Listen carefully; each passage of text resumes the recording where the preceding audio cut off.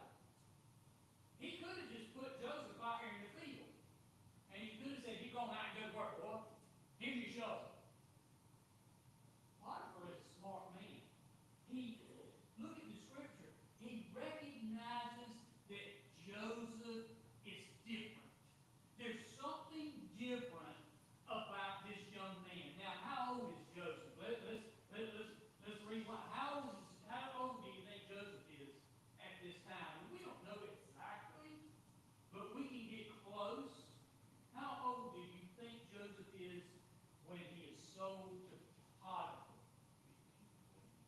18, 20. He's in his late teens, maybe early 20s. I would not put him no more than 21, most likely 18 and 19.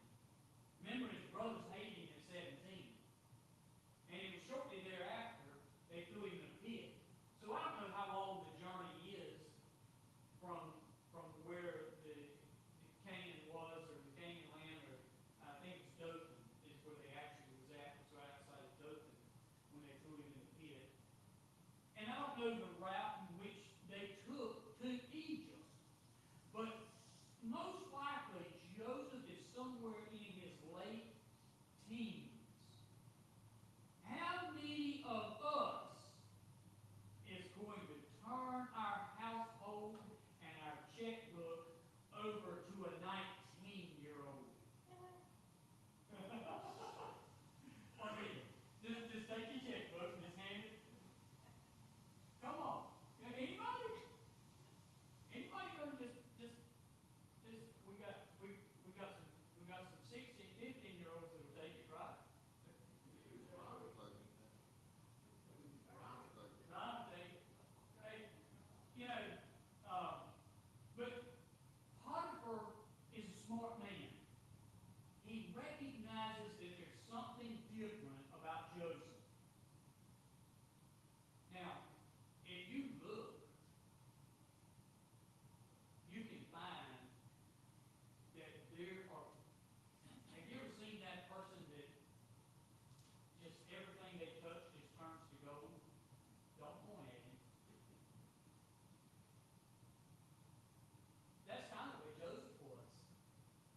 I mean, his daddy loved him high and head and shoulders above anybody else in the whole family, sons and daughters.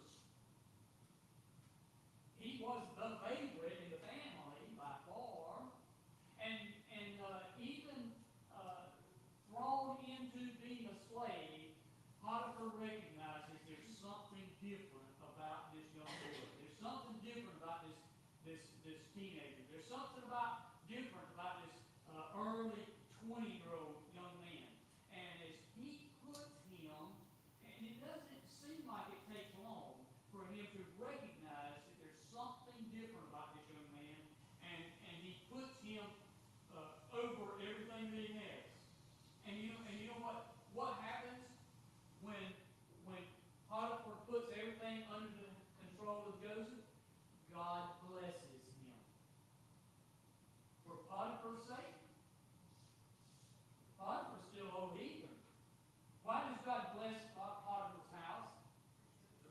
For Joseph's sake. Because of Joseph, because he made Joseph the leader of all. Joseph is that person that gets the most out of everything. He gets the best out of everybody. You know those people that boss man maybe that he just needs to get the best out of everybody? And a lot of times they do that because they're not scared to roll their sleeves up and get involved. Now Joseph might have been that type of person. I don't know. He just might have been very good at money and books and making everything work right. I don't know. But it is certain that Potiphar was a smart man to recognize that God's hand is upon this young man, and he puts him in control at such, this is the key, at such a young age. Like I said, we probably not handing over everything to a 19-year-old that we have, are we? Thank you. I didn't think about that.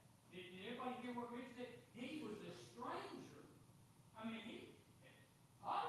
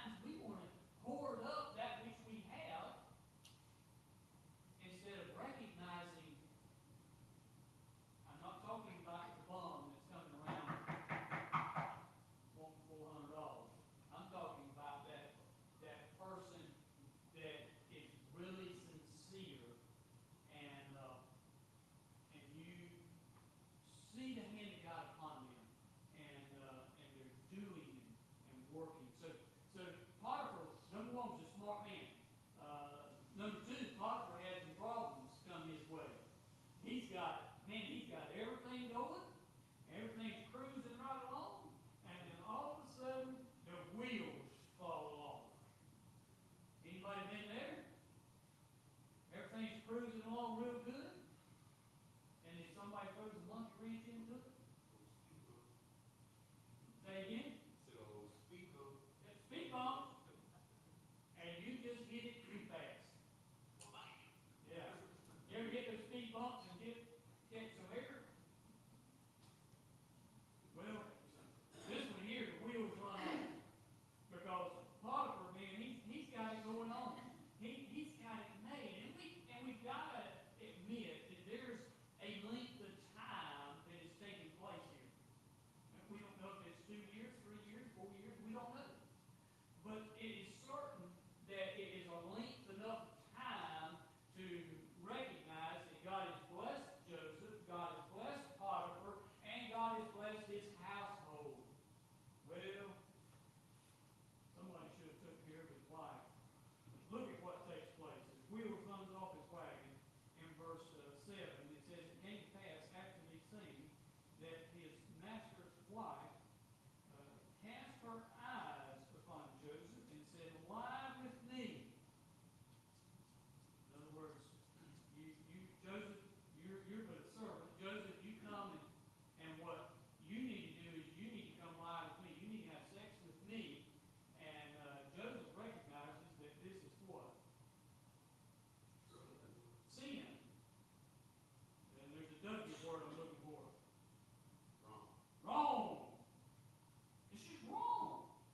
And Joseph recognizes this, and she casts her eyes upon him, and she says, "Come lie with me." Now, originally when I read this story as a youngster growing up, I just thought this whole event took place in just a matter of hours, but it actually takes place over days. Look at the story real close as it unfolds. It says, "But he refused and said unto her, and to his master's wife, Behold, my master wrought not what is with me in this house, and he hath committed all that he hath to my hand. There is none greater in this house than I, neither hath he kept back anything from me but thee." In other words, wife, we don't know her name, so let's give her a name. Somebody say her name is Cindy? Jezebel Jr. Jezebel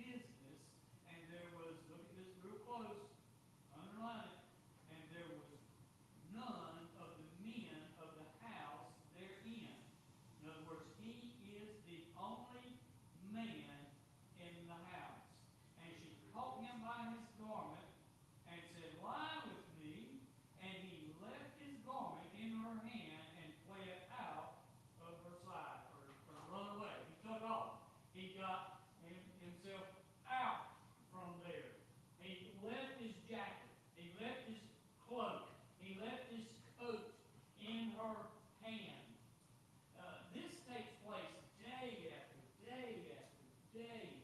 Can you just imagine that she's just badgering him day after day? Come on, come on. And she's, what do we call that today? Trap. Women will trap men.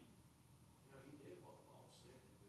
So He did exactly what the scripture says to do. Paul's time, but Yeah. he done exactly what Paul said. He did exactly what he was supposed to do. He did exactly what he should do. But the problem goes so deep that she's asking, she's flirting. Will women flirt with married men today?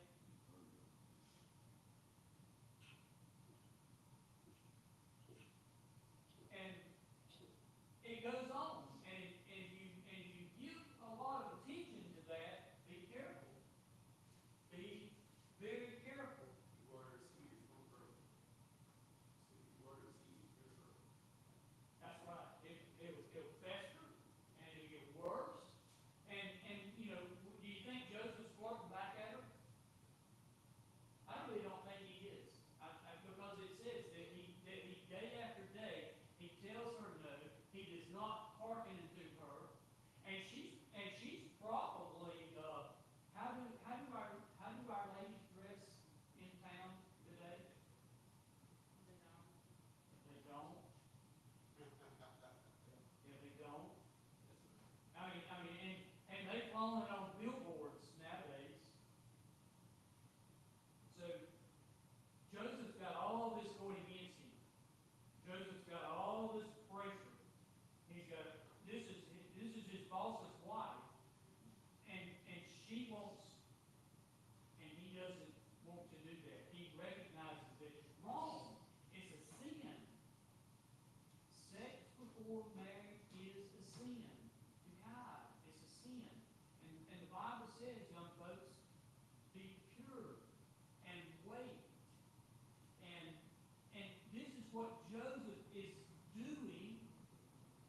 And I don't think it's a bad word. And I think our kids need to hear it more often. To the best of our biblical knowledge, at this point in time, Joseph is still a virgin. And it's not a bad word. Too many times our culture that our kids grew up in, make that out to be something bad. But Joseph is respectful, he is honorable, and like I said earlier, you'd be hard pressed to find something bad about him. Well, you couldn't find nothing, so Potiphar's wife made something up. Here we go. She just says, you're gonna lie with me, and she catches him by the coat. Well, what was Joseph's first mistake? Not telling the master. Well, Could have told the master days, it went on for days, weeks. But he didn't leave his wife. Yeah, of course he would have, but it would have been better for him to tell him that she was doing that. Pulling aside. I'm not scared of any woman in this building, but I'm not gonna be alone with you. That lady at my house the other night scared the daylights out of me. I'm here alone by myself, and I don't get getting lucky. No, you cannot. If she had come in that house, I'd have treated you like a snake in a boat. I mean, go!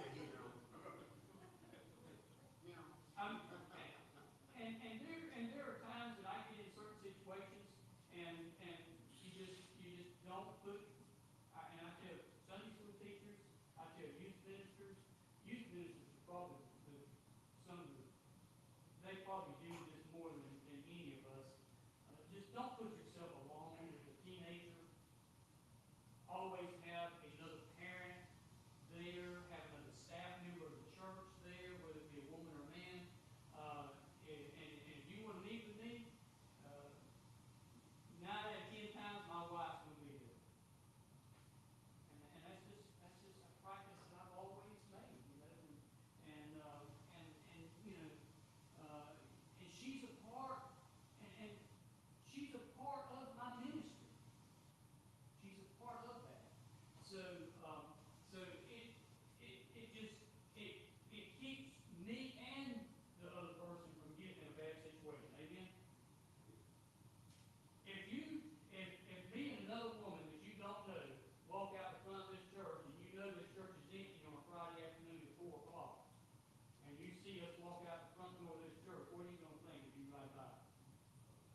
Yeah, that's what you want. Hey, let me call him. It just looks bad. Joseph put himself in a bad situation. When he recognized there wasn't anybody else in the house, he should have did what? Got himself out. Now that's not saying that this wouldn't have taken place later on, okay? She's trying to get rid of the witnesses. Yeah, exactly. I didn't think about this. Yeah, she's. Very good, and I think Nobody will Richard know. said trap a while ago. Yeah, nobody will see it, nobody will know it. Exactly. She probably set this whole thing up. And I'm not stoning all women tonight, because you know, every woman in this building tonight knows, I think you are ladies, and you're not this woman right here.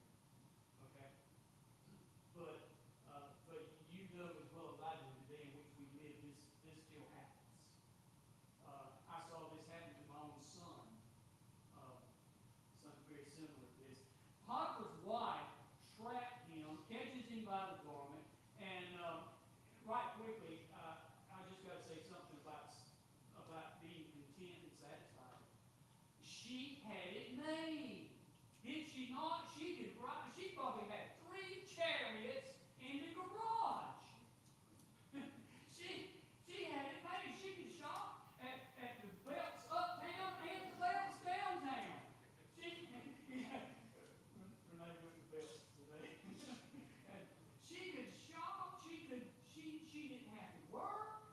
She could get up when she wanted to, go to bed when she wanted to. She had it made. There's got to be something said about being content and satisfied.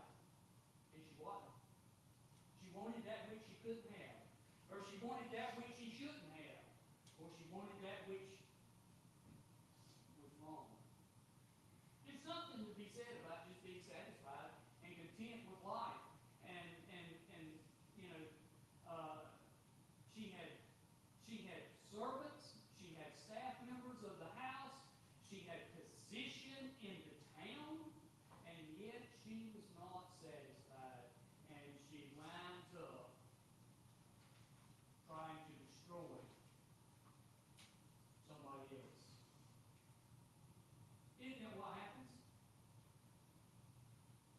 Let me say something about the troubles or turmoils of life that you may go through at times. Maybe because of Randy's own stupidity. But it could be at times because of somebody else. Why is Joseph here? Why is he here in Potiphar's house? It was not of his own doings, was it? No, why is he a slave in Potiphar's house? It's not of his own doing, it's because of who? His brothers' doings. They hated him, they threw him in a pit, and they sold him.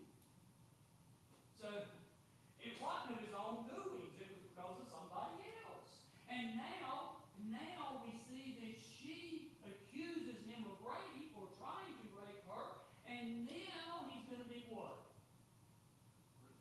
He's going to be thrown into prison. Well, poor old Joseph can't seem to get a word. And I reckon God placed him there, and the devil set a trap. There you go. God had a plan all along. And you know, what I want you to understand tonight is even through your troubles and torments or trials and struggles in life, God may be just trying to get you to a different place. He's doing something, I believe he's doing something in the heart of Joseph, and I believe he's doing something in the mind of Joseph during these 13 years. He was 17, and when he stands before Pharaoh, and Pharaoh names him number 2 in the land, how old is he? He's 30 years of age. So God is doing something in his heart in these 13 years, and he's also doing something in his mind. See, he's given him a mind to manage. Isn't that what he does at Potiphar's house? He manages his affairs, and he becomes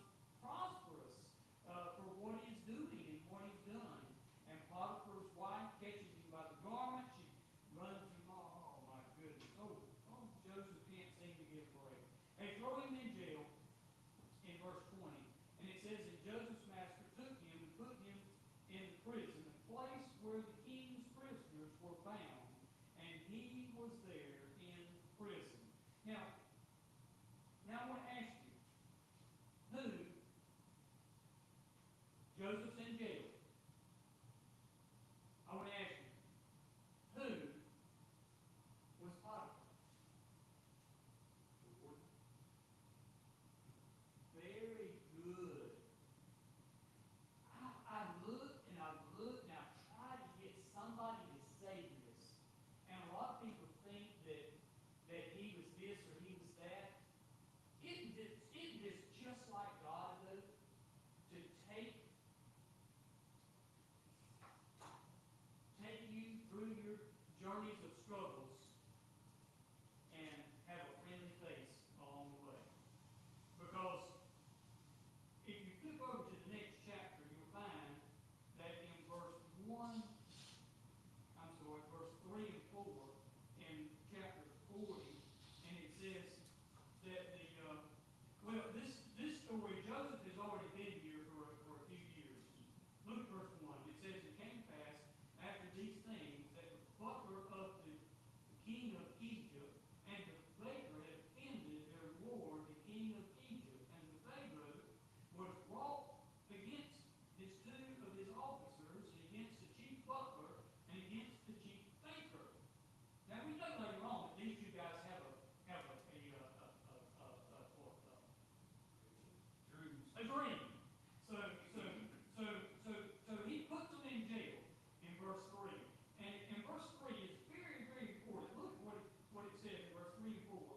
And it says, "He put them in the ward in the house of the captain of the guard in the prison, the place where Joseph was bound. And the captain of the guard charged Joseph with them, and he served them, and they continued a season in the ward or in the prison." Now again, somebody tell me or remind me, what was Potiphar's position or his job title? You count on guards. We started with that. I ran over it. Now we're going to circle back to it.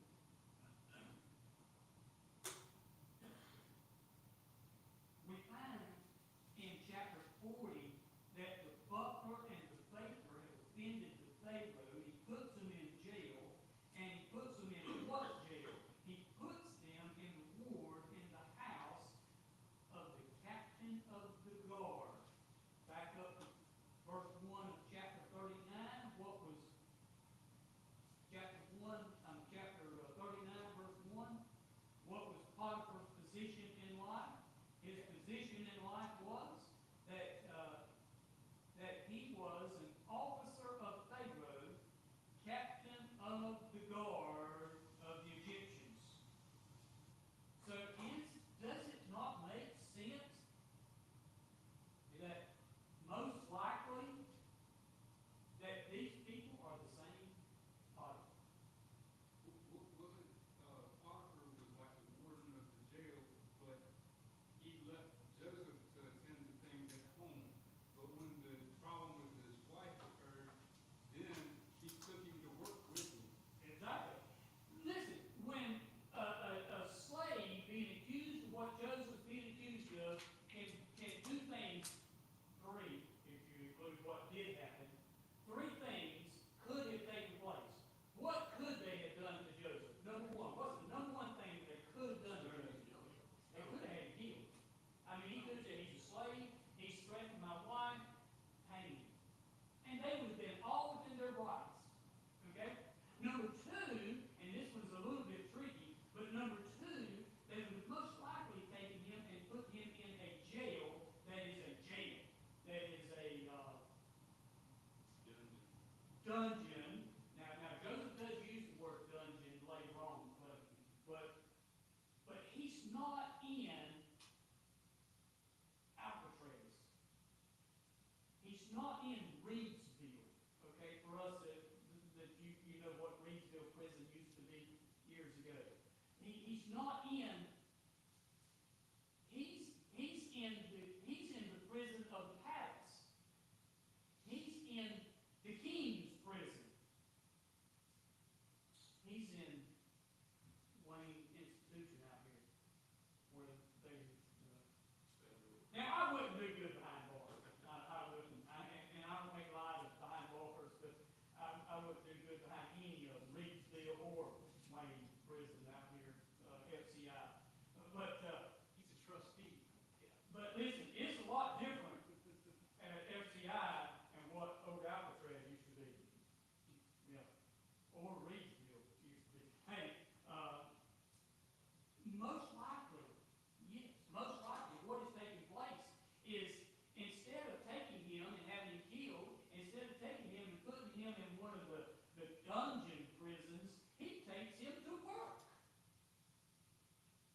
the Pharaoh's captain of the guard in verse 139.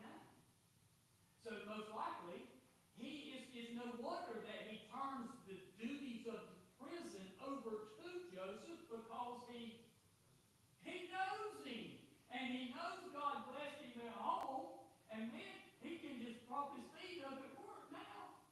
How many of y'all do that? How many of y'all got one of them jobs you just prop your feet up at work and everybody walks, everybody just does everything for you. And they come in, this Bruce, they get you a cup of coffee, what you want, sugar free, what you want. You just prop your feet up, Bruce, and he's still looking for that assistant. But that's kind of the way Potiphar has it. If these two men are the same man. And even if they're not, they're close. And he could have told the warden, listen, you need to make him in charge of those prisoners because God's going to bless him. But as you think about this story and how it unfolds, isn't it just like God to do something like that and say, you know what? He's going through enough of trouble as it is. He's going through enough of heartache, and it's not his fault.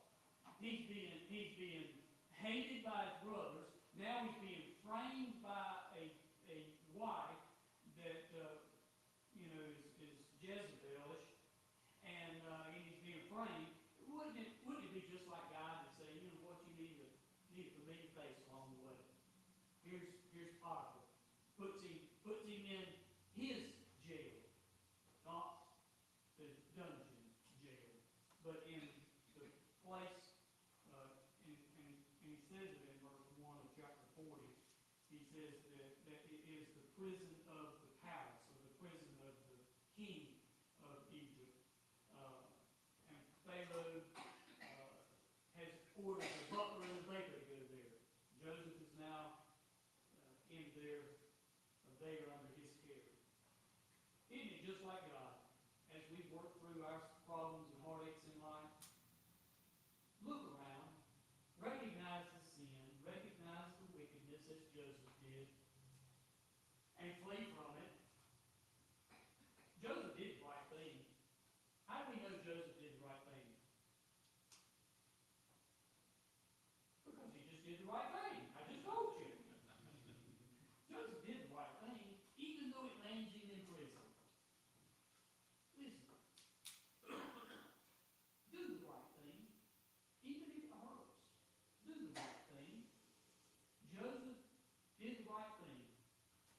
Had he not been in the pit, he would have never wound up at Potiphar's house. Had he not been in Potiphar's house, he would have never wound up in the prison. Had he not been in the prison, he would have never stood before the Pharaoh and answered the dream. You see how God just worked all that out? He saved his family. Ultimately, to save the nation of Israel, his brothers and his dad. Because later on, you'll find there will be no food.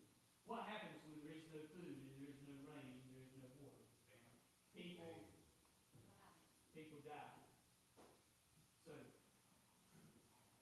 that would be a thought for us today. Do the right thing. God will work it out. Even in the midst of the pits,